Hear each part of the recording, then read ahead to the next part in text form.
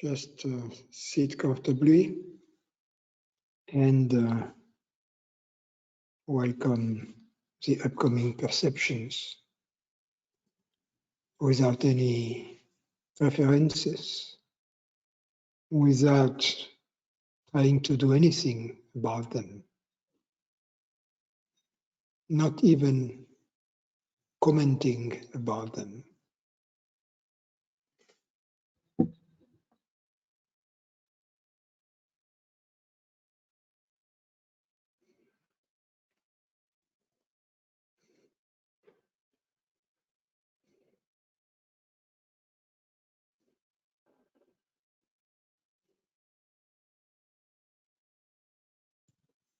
So the past and the future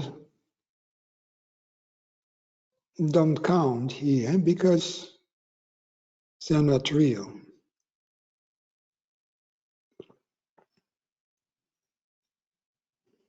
The only real experience is from moment to moment in the now.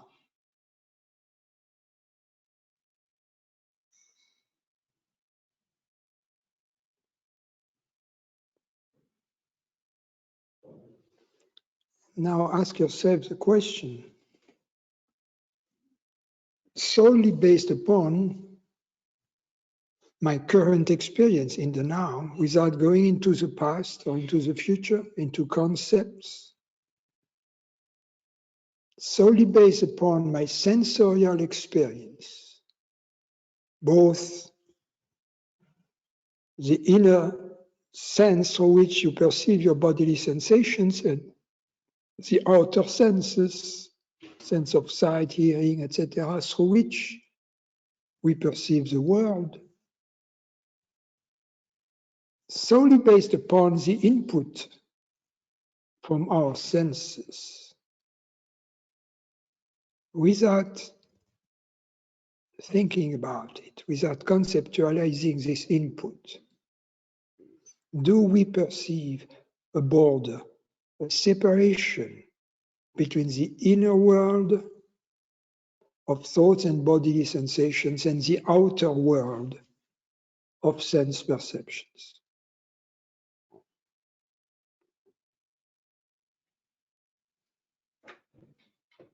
Just go to your experience to find the answer.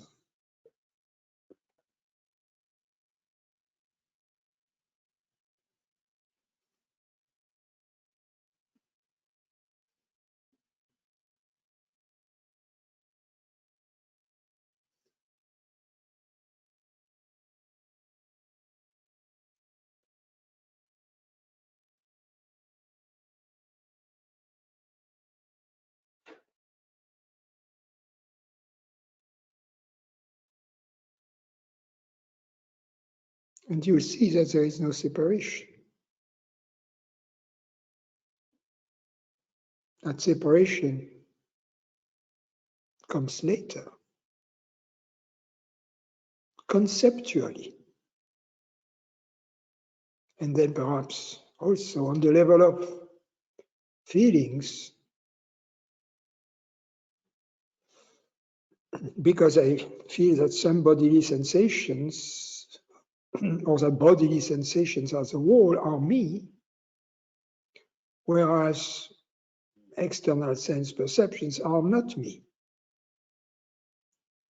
Or to be more precise, that bodily sensations tell me about me, and external sense perceptions tell me about the world other than me.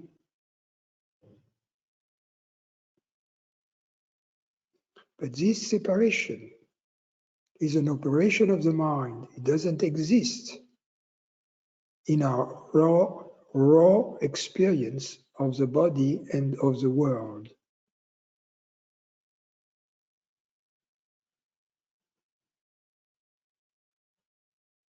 Now that is significant.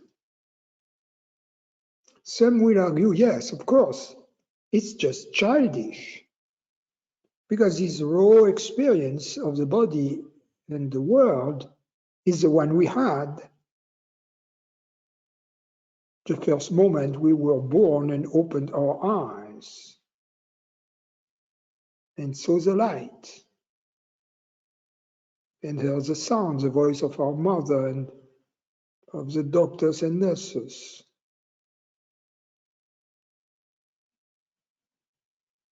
Then, as we grew up, we knew better. Then the separation came.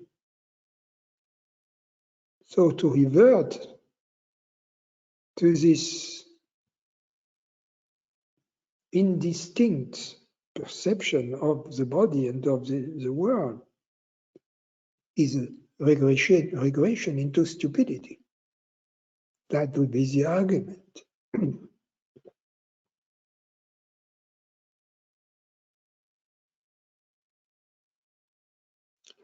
However,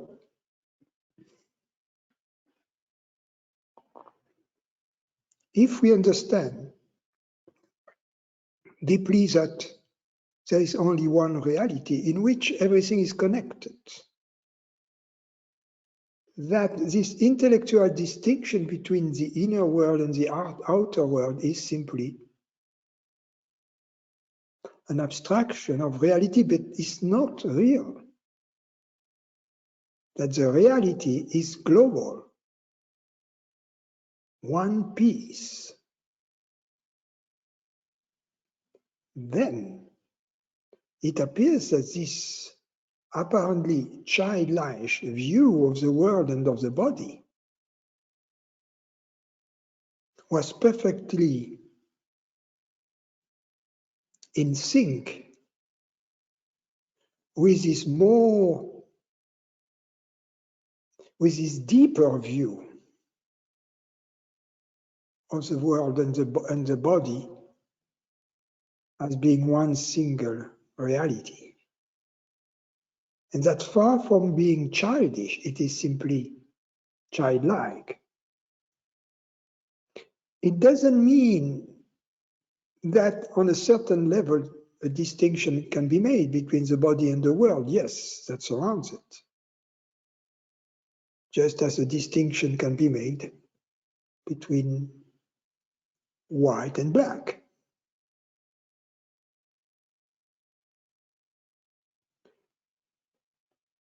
But this distinction is not fundamental.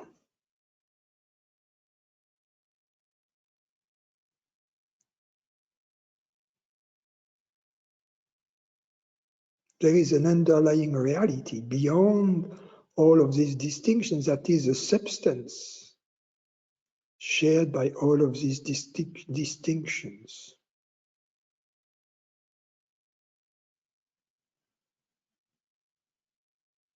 So on a certain level, yes, the body and the world interact as two apparently separate entities, but on a deeper level, due to the fact that they interact deeply, they have to be considered as one single reality. A deeper view.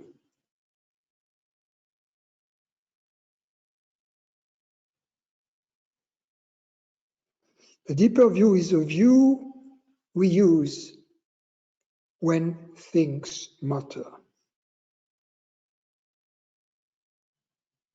A deeper view is a view we use in matters of life and death, when things matter.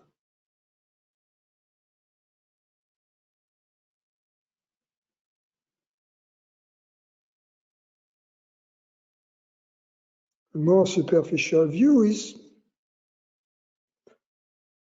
when it is not about life and death.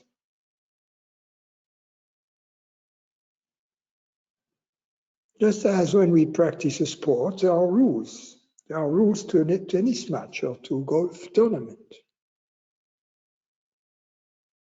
In order to play the match, we abide by the rules as if they mattered. But ultimately they don't.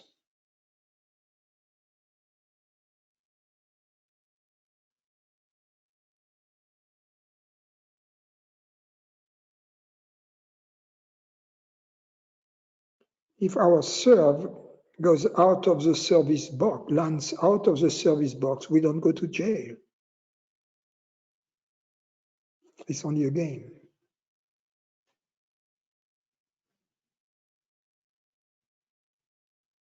So we have to understand the coexistence of these two vantage points, of these two perspectives.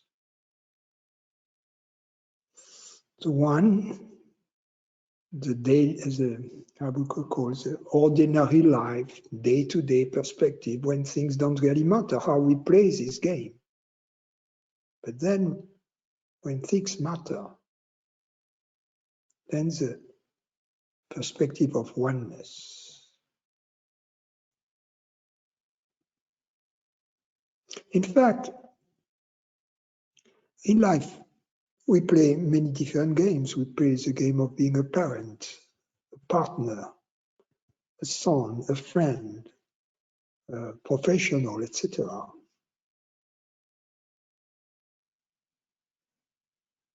For each of these games we play, there are different rules somehow.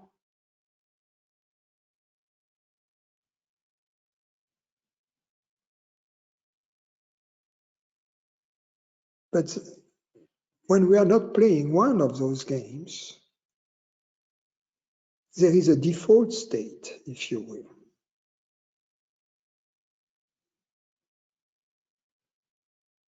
And the default state is the one of oneness, without separation, without distinction. It is our place of safety, to which we can revert, to which we revert naturally when we know better at the end of each game. Or even during the game, when there is a moment of rest. Like between games in tennis, when we change sides. Then we rest in our default state, in our true nature. When we stop for a while the game of being a parent, a spouse, etc.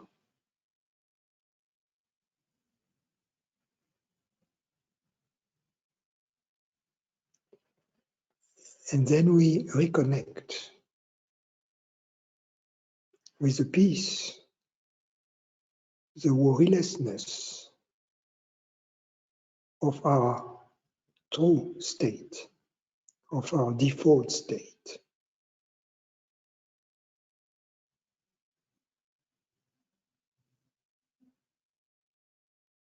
When we are nothing special, not a partner, a parent, a child, a friend, or even a human being. When we are nothing in particular, when we are nothing that we can put a name on. In other words, when we just are without being something.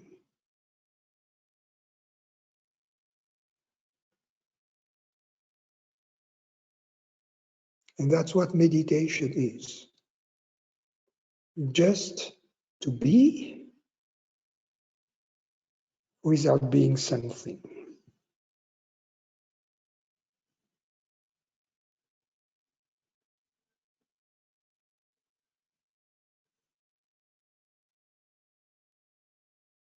So the question is not to be or not to be.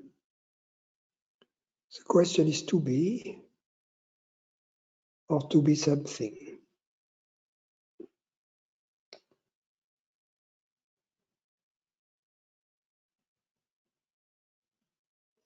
To be is peace and happiness.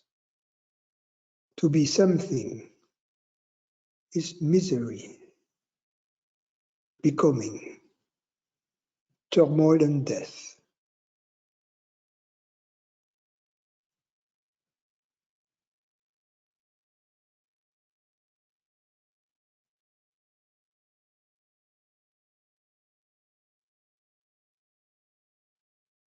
But ultimately, if we are something, it doesn't matter really, because in order to be something, we first have to be.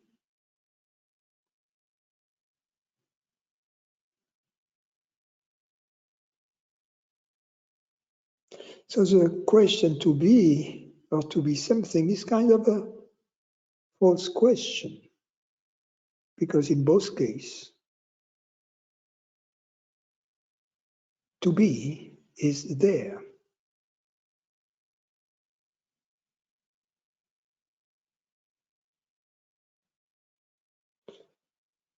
So to be something doesn't matter, because in order to be something, we have to be first. It just seems to matter. And when it seems to matter, it just means that you are playing a particular game, the game of being something.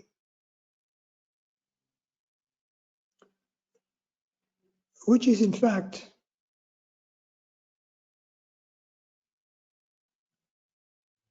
the games that most of human beings prefer playing. They're playing all the time. So we really enjoy playing the game of being something.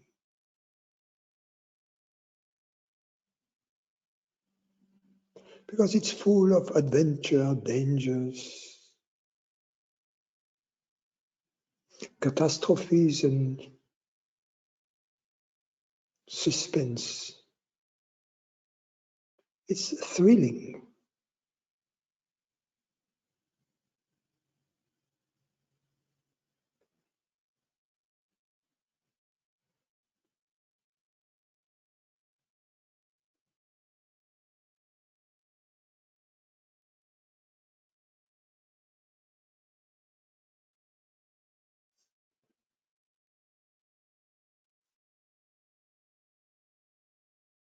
Just be.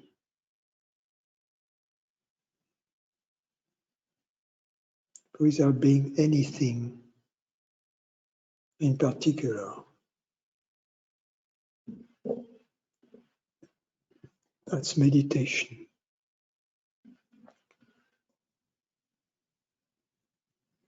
Not even to meditate, just to be what we already are from moment to moment.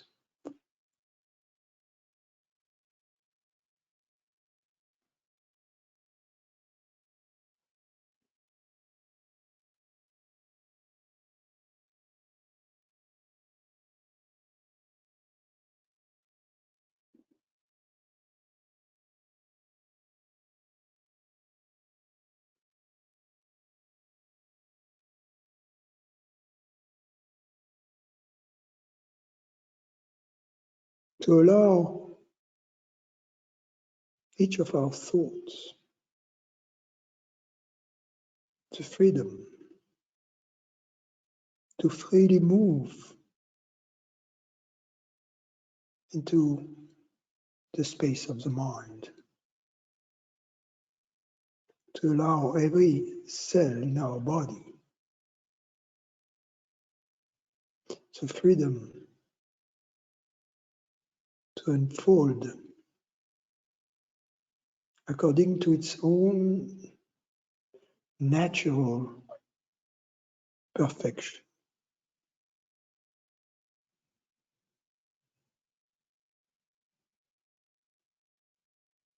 To let go of any attempt and intent to control the mind or the body.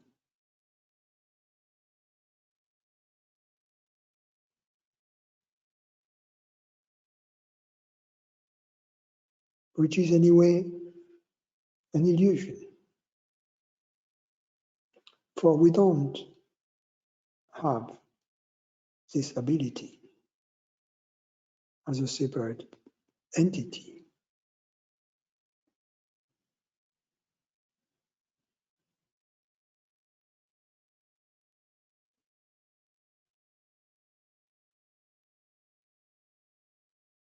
Just to let the universe play its symphony.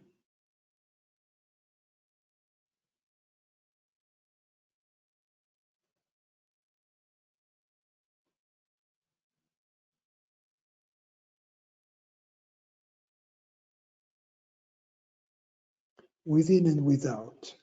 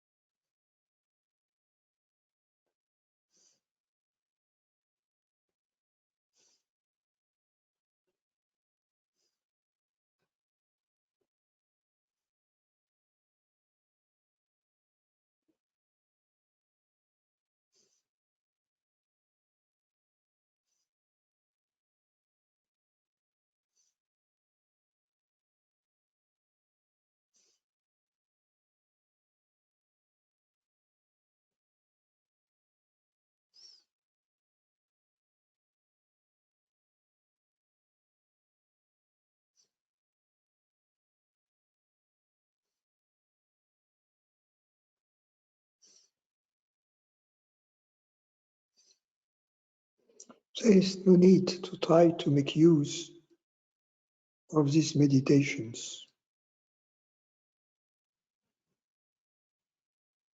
They are what they are.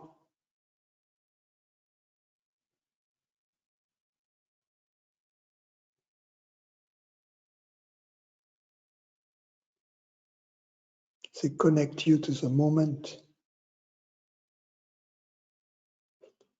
and beyond the moment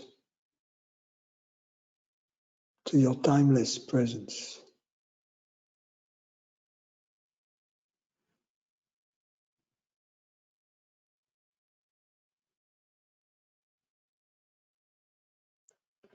They are what they are.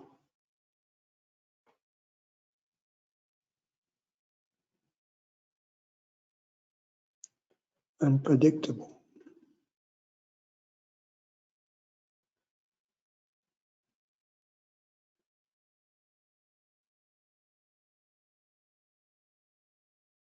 Created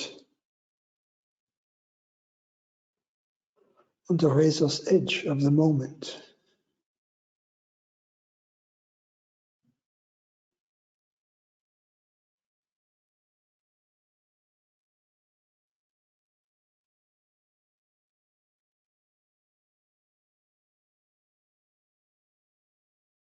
As reminders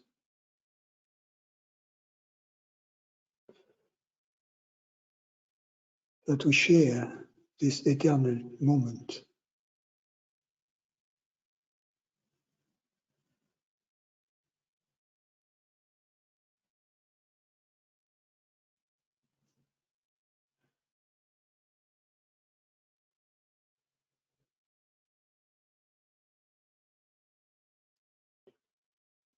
Nobody owns these words.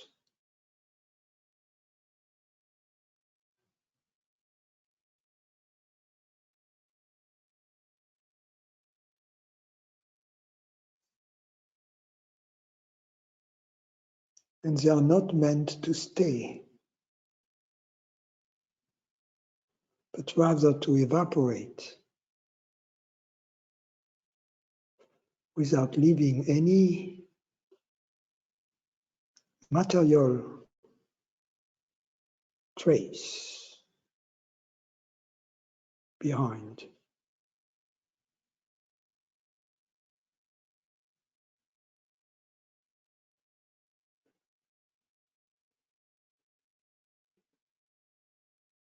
They just do their job. Reveal their source. and vanish back into it.